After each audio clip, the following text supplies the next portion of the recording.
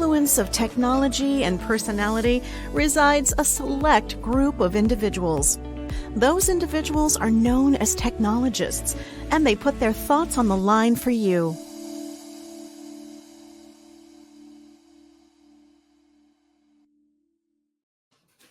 Hey everybody, welcome to another On the Line with Cohesity.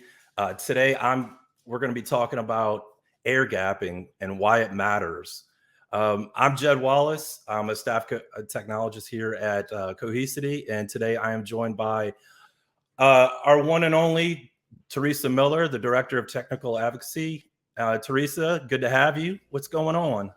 Glad to be here and really excited to talk about our topic today. Yeah, it'd be good to have a little sesh on air gapping. I mean, I know it's a hot topic, and some people have a lot of varying opinions about the topic. But let's kind of dive right in and kind of get your thoughts on air gapping and why we should be doing it or thinking about it.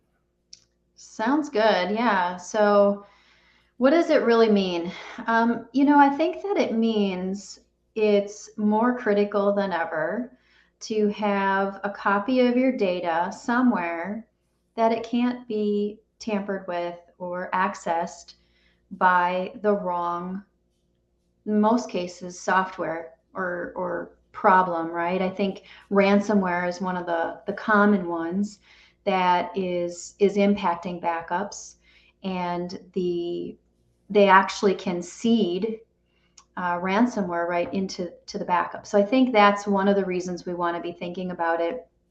I think the other reason why we want to have that air gapped, maybe in a more modern fashion, is some of the past historical on air gapping, the older, more Traditional. Traditional would be the word. mindset on it is that recovery is slow, because maybe the way that you approach the air gap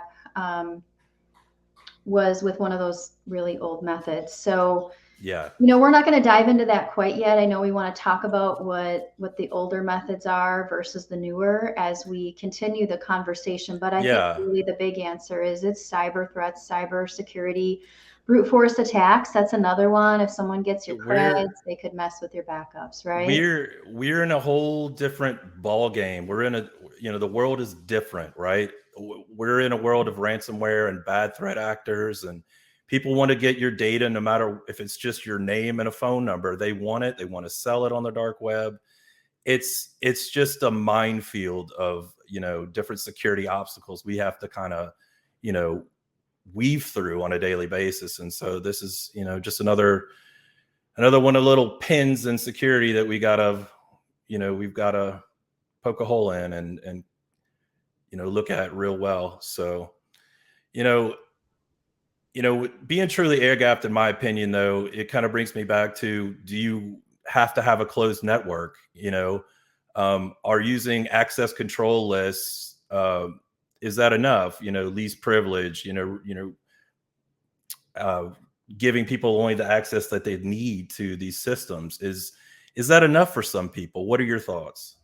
Yeah, that's a really great question. I think in a sense, you kind of rattled off a checklist of things that I know our listeners have on their mind. And absolutely, I think true air gapping does come with closed networks and making sure that only the people who need access do. I even think about approval. So even quorum, we'll talk about that a little bit more as well here in a minute. But those checks and balances, right? Yeah. Making sure that whoever's doing that restore or making changes to the environment is the right person. Yeah, it's having the onus not on just one person or one system, but having those multiple layers of checks and balances is kind of what you're getting at. Absolutely. Yeah. So we've been kind of skirting the subject, but I'll bring it up, and we'll only bring it up once. Is tape media, does it still have a use case in today's data center? Yeah, it's a really great question. And Boy, as soon as you mention tape, two things come to mind. They're, mobile management arms that are moving tapes around to make The old sure robot library, the whole yeah. robot library, and the whole offsite with via truck to some warehouse somewhere, Yep. Could taking it get lost? right. And that whole process is so slow. But when you consider the cyber threat landscape, I think something tape like but more modern has a use case today. I think tape I still has too many challenges. I agree with you. There needs to be a solution that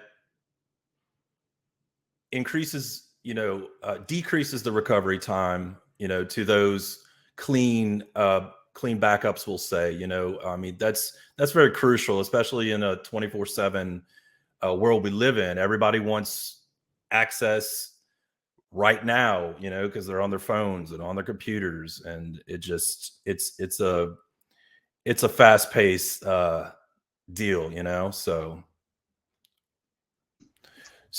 I agree. I couldn't agree more.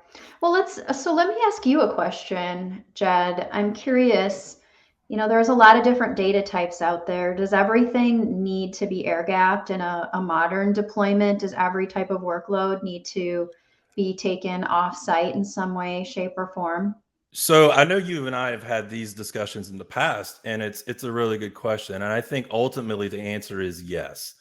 You should have separation. Now, how you manage to accomplish that separation, that's another discussion, about other technologies that we'll get into in a minute. But ultimately, you would have multiple copies of your data, no matter what that data is, whether it's just a phone number and your name.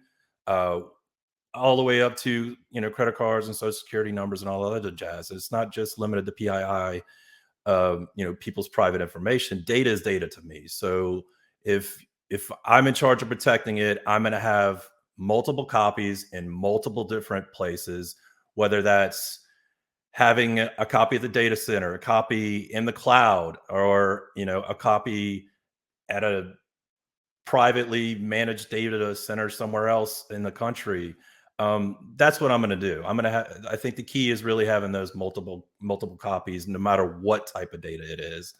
So does that answer your Yeah, question? it does, and I couldn't agree more because I've been in some pretty sticky situations. Having been in the industry for a long time and having done architecture, deployment, support, recovery, et cetera, Yep. across many different workloads and many different environments.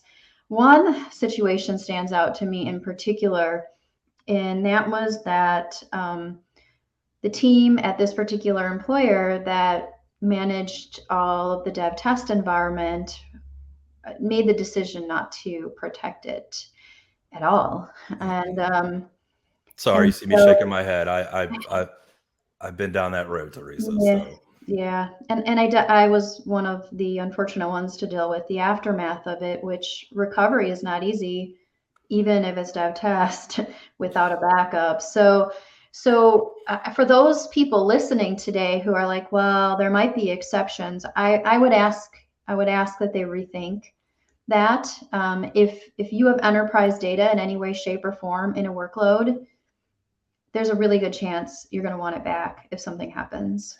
yeah, I'll quickly add that you just think about the man or person hours that it would take to rebuild these systems from scratch, and that's what you're talking about, right, Teresa? So having a backup, whether it's a weekly backup, once a week, would have saved you weeks of rebuilding these from scratch, from ground up, right? I mean, yeah, it might have been a little bit of stale Absolutely. data, but it's lower environments, right? So just a Yeah. thought. So, Yeah, for sure. but so that kind of leads me to my last thought here is, people might be asking the question, well, you're talking about other technologies, so well, let's kind of dive into a few things that we know that there's an offering of to protect your data in kind of this scenario. So you want to kind of talk about that? Yeah, absolutely. So, um, If you don't have the option of tape, right, which we talked about all the challenges, you really Right. want to be looking at more modern solutions because one, you're not going to have to deal with some of the challenges we already discussed with tape. So when it comes to modern solutions, and we actually do have one at Cohesity, it's called Cohesity Fort Knox. Essentially, we allow you to take a copy of your data, you can put it in the cloud, and it's air gapped on a rotating blackout window. The data is immutable, so it's not able to be tampered with. And we have quorum-based capabilities. So what that means is that only the people who have the rights to do a function, like a restore, can. And there's multiple approvers at play to make sure that a recovery, for example, is truly initiated by a person that should be doing So it. let me ask you a question. I'm backing up my data using Fort Knox. Theresa, tell me, where is my data? Yeah, so right now we offer this on an AWS backplane. Okay.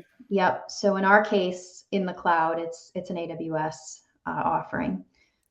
That's really good to know. Mhm. So I think maybe that kind of wraps things up. I mean, we talked about some of the challenges and some of the solutions people could use to kind of bring their data protection or backups into the modern day and not use some of those old legacy systems. I think Fort Knox would be a great solution for some people, if not all. But I think I want to thank everybody for joining us for another episode of On the Line. Theresa, you're an invaluable resource here, and we super appreciate you joining us today. And until next time.